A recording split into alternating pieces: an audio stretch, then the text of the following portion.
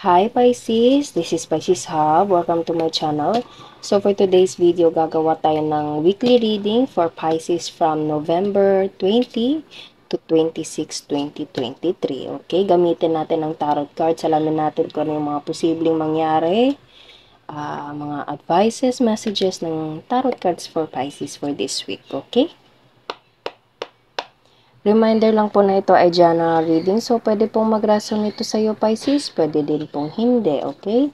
And, ang channel natin ay welcome po ang lahat ng gender. Babae, lalaki, LGBT man yung nanonood. And yung mga taong dinidil nyo po, take nyo lang kung mag-resonate sa sitwasyon nyo. Pag hindi po mag-resonate, huwag pong ipilit, okay? So, ano po ang message niyo po for Pisces for this week? Okay. So, may nag-flip Page of Cups and King of Swords.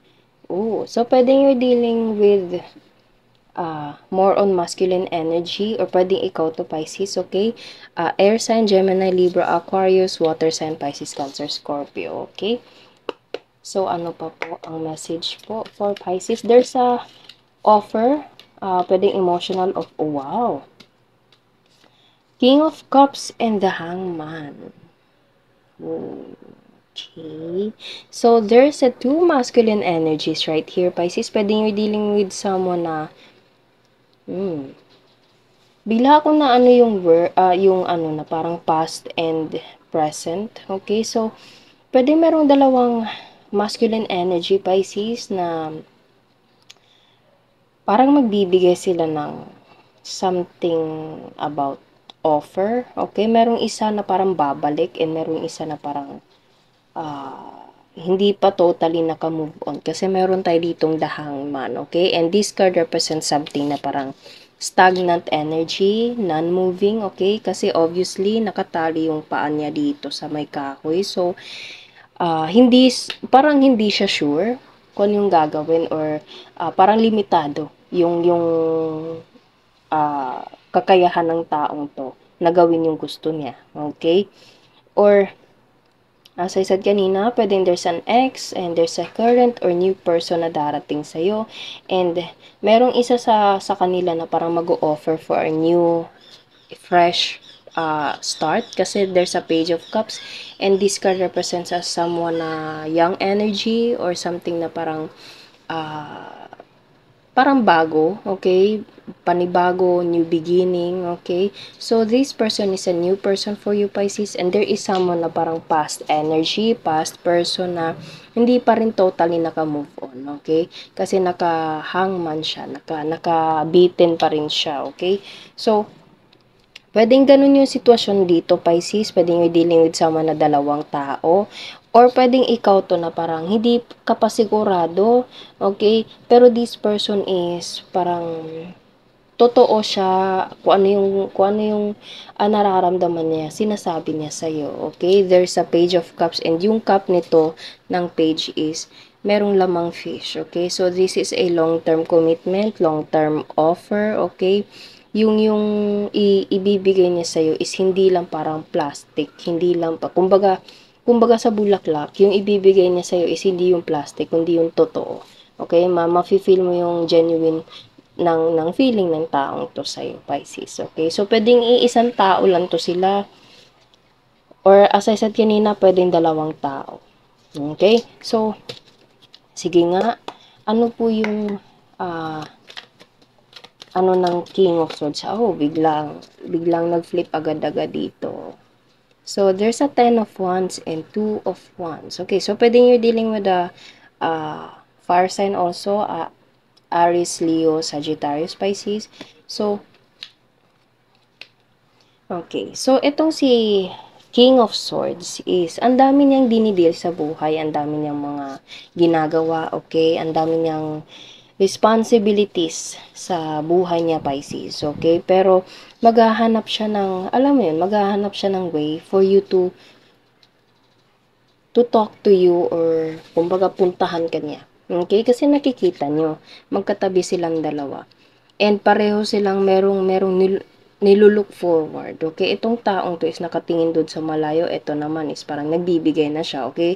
So, pwedeng ito yung plano niya and ito yung gagawin niya, okay? So, kahit ang daming ginagawa ng taong to, Pisces, is gagawa siya ng way, gagawa at gagawa siya ng paraan para mapuntahan, makita kanya personally, okay? So, pwedeng medyo magkalayo kayo kasi meron tayo ditong world, okay? So, pwedeng you are physically distant from this person, pwedeng malayo kayong kumbaga malayo kayo sa isa't isa, okay, pwedeng dadaan ng dagat, okay, kasi meron tayo dito parang dagat and meron tayo dito na parang dagat sa likuran ng lalaking to, okay, so pwedeng dadaan sa dagat, okay, basta gagawin ng taong to, mapuntahan ka lang, okay, and ito naman si King of Cups, ano po yung,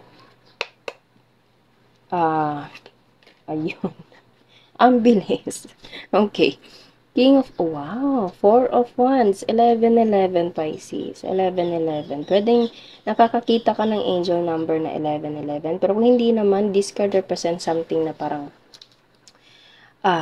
happy marriage, okay? Celebration, happiness. Nakikita nyo sobra silang saya. Para siyang altar, okay? Para siyang altar and meron dalawang kinakasal. Okay, pareho silang may hawak na bouquet, okay? And maraming tao, maganda yung bahay, maganda yung ambience ng card na to. So, there's a big possibility na this reading is a love reading, okay? And this person, pwedeng iisang tao lang to sila, Pisces. Or pwedeng dalawang tao as I said kanina, okay? Pero merong isa sa kanila na medyo maraming ginagawa or pwedeng meron kayong pinagdaanan na medyo mabigat, okay? Hindi ganun, parang hindi siya smooth sailing, okay? Pero nilalabanan nyo, okay? Kung ano yung sitwasyon yung dalawa. Pwedeng dahil ito sa LDR relationship, kaya medyo gaganon-ganon yung relationship niyo, pero gagawa at gagawa ito ng panahon, oras, way para mapuntahan ka lang, okay? And ito naman si King of Cups, although nakahangman siya, pero andun yung parang intention niya na alam mo, makasal siya sa'yo. Okay, ikaw yung nakikita niyang panghabang buhay. Pero sa nararamdaman ko talaga, this person is iisang tao lang to. Okay, this person is sobrang bait. Okay, sobrang, alam mo yun, yung parang emotionally attached, okay? Kumbaga, hindi siya nahihiyang sabihin kung ano yung kung ano yung nararamdaman niya sa'yo, pero at the same time, andun yung masculinity niya, andun yung parang alpha, strong person, okay? Kumbaga, mai-intimidate ka ng taong to, medyo strong person, strong aura yung nilalabas niya, pero deep inside, sobrang soft, okay? And ikaw yung soft spot niya, Pisces, okay? So, wow. Ang genuine ng pagmamahal ng taong to. Although, as of now, the hangman pa rin yung sitwasyon niya. Okay? Kasi ang dami nga niyang ginagawa. And andun yung intention niya, andun yung pangarap niya. Nakikita ka ng taong to na makasama habang buhay, Pisces. Kasi meron tayo ditong Four of Wands. Kung iisang tao lang to, okay? Pero kung dalawang tao to sila, merong isa na genuinely wanted you to be his wife or his husband, okay? Andun yung ano niya, intention niya, okay? Nakikita ka niya bilang asawa, okay? Pero meron pa siyang ginagawa na hindi pa niya pwedeng gawin.